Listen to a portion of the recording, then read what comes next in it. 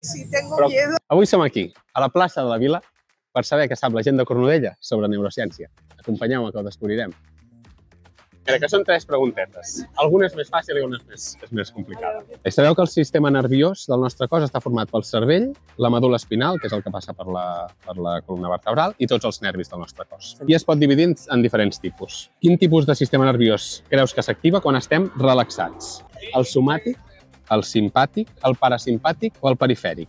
El somàtic. El somàtic, Puta, això ho he estudiat. Yo perdí algo, al periférico, pero quan estem relaxats. ni idea.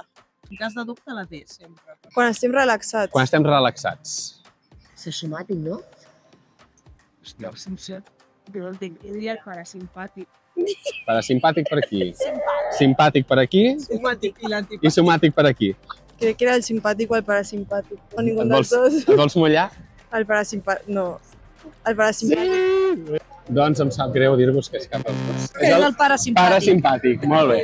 Doncs s'emporta el parasimpàtic.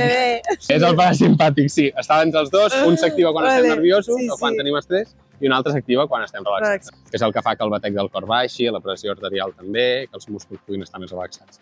El simpàtic s'activa quan estem estressats. El sistema nerviós perifèric és tot el que queda fora del cervell i medul·la espinal. Que tinc diarrea verbal.